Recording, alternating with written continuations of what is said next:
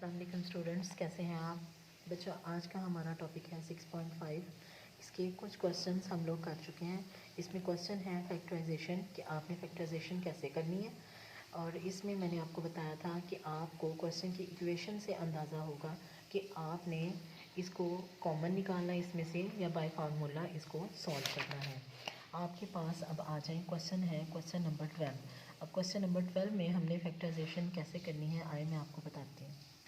बच्चों आपको क्वेश्चन दिया गया है 25 multiply X plus 5/4 minus 16 x plus 7/4 का स्क्वायर। सबसे पहले आपने ये देखना है कि ये वैल्यू आपकी जो 25 है, अगर ये स्क्वायर है तो क्या ये 25 किसी नंबर का स्क्वायर है, तो आपने फिर इसका स्क्वायर बनाना है। और अगर ये 16 किसी नंबर का स्क्वायर है तो फिर आपने इसका स्क्वायर बनाना है। ये देखें 25 5 का स्क्वायर है, क्या हम 25 को 5 का स्क्वायर लिख सकते हैं? क्या हम 16 को 4 का स्क्वायर लिख सकते हैं? मैंने बस इनको स्क्वायर में लिख दिया है। अब सेकंड स्टेप, अब आपका जो सेकंड स्टेप है वो क्या होगा? सेकंड स्टेप है आपका कि ये भी स्क्वायर है ये भी स्क्वायर है, क्या मैं इन दोनों स्क्वायर्स को एक ही कंबाइन करके इकट्ठा लिख सकती हूँ? तो मैंने लिख दिया 5 multiply X plus 5/4 whole square minus 4 into X plus 7/4 whole square. तो ये आपकी एक वैल्यू हो गई और ये आपकी दूसरी वैल्यू हो गई। अब आपने क्या करना है, हमने 5 को अंदर मौजूद हर वैल्यू के साथ मल्टीप्लाई करना है। ये हमारे पास वैल्यू आ गई 5x। 5 को हमने x से मल्टीप्लाई किया 5x प्लस 5 5 25/4 का स्क्वायर माइनस 4 को हमने x से मल्टीप्लाई किया 4x हो गया। 4 को हमने 7 से मल्टीप्लाई किया 28/4 4 आ गया। अब अगर हम देखें फॉर्मूला था हमारे पास a square minus b square is equal to a minus b and a plus b। अगर हमारे पास दो वैल्यूज़ हों और दोनों का अलग अलग स्क्वायर और दरमियान में माइनस का साइन हो तो उसको हम एक दफ़ा माइनस में और एक दफ़ा प्लस में लिखते हैं। अकॉर्डिंग टू दिस फार्मूला हमने इस वैल्यू को भी, ये हमारी पूरी वैल्यू a है और ये हमारी पूरी वैल्यू b है, इस पूरी वैल्यू को हमने एक दफ़ा माइनस में लिखना है और इस पूरी वैल्यू को एक दफ़ा प्लस में लिखना है। ये आ गया। जब हमने इस पूरी वैल्यू को एक दफ़ा माइनस में लिखना है तो हमने सिर्फ इस साइन को देखना है कि हमारा ये साइन चेंज होगा, बाकी साइन हमारे वैसे ही रहेंगे। 5x प्लस 25/4 माइनस 4x, क्योंकि बाहर माइनस का साइन था अंदर साइन चेंज हो गया, यहाँ माइनस हो गया 28/4 हो गया। ये एक दफ़ा हमने माइनस में लिख दिया। उसके बाद हमने इस साइन को प्लस में लिखना है 5x plus 5/4 plus 4x plus 28/4।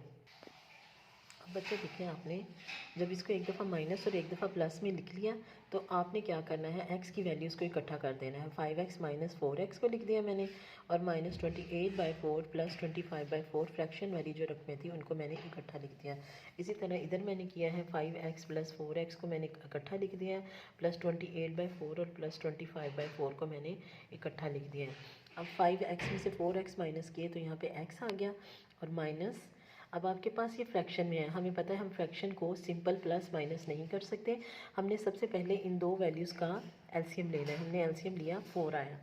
अब इस एलसीएम में हमने 4 को, आपको पता है डिनोमिनेटर के साथ हम इसको डिवाइड करते हैं, जो आंसर आए ऊपर उस नंबर के साथ हम इसको मल्टीप्लाई करते हैं। तो यहाँ पे देखिए 4 को 4 पे डिवाइड किया 1 आया, 1 को 28 से मल्टीप्लाई किया आपके पास 28 आया, प्लस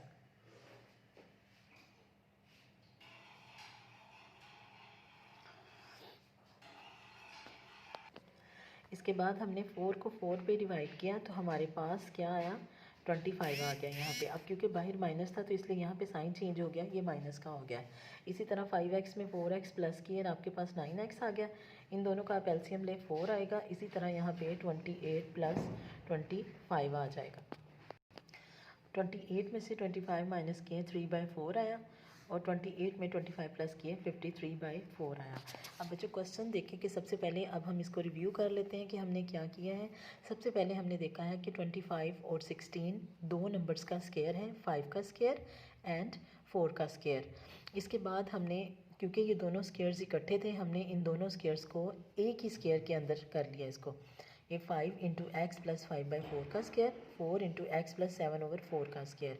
इसके बाद हमने देखा कि 5 अंदर मल्टीप्लाई हो रहा था वैल्यूज़ के साथ, हमने 5 को x से मल्टीप्लाई किया, 5 को 5 से किया, हमारे पास 25/4 आ गया। हमने 4 को x से मल्टीप्लाई किया, 4 को 7 से मल्टीप्लाई किया, हमारे पास 28/4 आ गया। उसके बाद आपके पास अगर दो वैल्यूज़ का स्केयर हो और माइनस का साइन हो तो उसको हम क्या करते हैं, एक दफ़ा माइनस में लिखते हैं और एक दफ़ा प्लस में लिखते हैं। इसके बाद हमने x वाली रकमों को इकट्ठा कर लिया दोनों साइड्स पे, और हमने जो फ्रैक्शन वाली वैल्यूज़ थी उनको हमने इकट्ठा कर लिया। x वाली वैल्यूज़ को हमने इसी तरह जमा माइनस कर दिया, यहाँ से x आ गया, यहाँ 9x आ गया, और उसके बाद फ्रैक्शन वाली वैल्यूज़ को हमने एलसीएम के साथ प्लस माइनस कर दिया, तो हमारे पास ये आंसर आ गया। अब क्वेश्चन नंबर 16 देखें, हमारे पास है 674.17 स्क्वायर माइनस 325.83 होल स्क्वायर। अब अगर देखा जाए तो यहाँ भी फार्मूला अप्लाई हो रहा है। ये फर्स्ट वैल्यू का स्क्वायर है और ये सेकंड वैल्यू का स्क्वायर है। आप यहाँ पे देखें, ये फर्स्ट वैल्यू का स्क्वायर है माइनस सेकंड वैल्यू का स्क्वायर है। इसको एक दफ़ा माइनस में और एक दफ़ा प्लस में आपने लिख लेना है, ठीक है। इसको आपने एक दफ़ा माइनस में लिखा और एक दफ़ा प्लस में लिखा, क्योंकि ये नंबर्स हैं। आपने इनको माइनस किया, आपके पास 48.34 आया, इसको दोनों को प्लस किया, आपके पास 1000 आया। देन आपने इन दोनों को मल्टीप्लाई किया तो आपके पास ये आंसर आ गया, ठीक है। यानी अगर दो वैल्यूज़ का स्क्वायर हो और दरमियान में माइनस का साइन हो तो उसको अकॉर्डिंग टू फार्मूला हम एक दफ़ा माइनस और एक दफ़ा प्लस में लिखते हैं। उसके बाद हमने वैल्यूज़ को माइनस और प्लस करके आपस में मल्टीप्लाई कर देना, आपके पास इवैल्यूएशन हो जाएगी इसकी।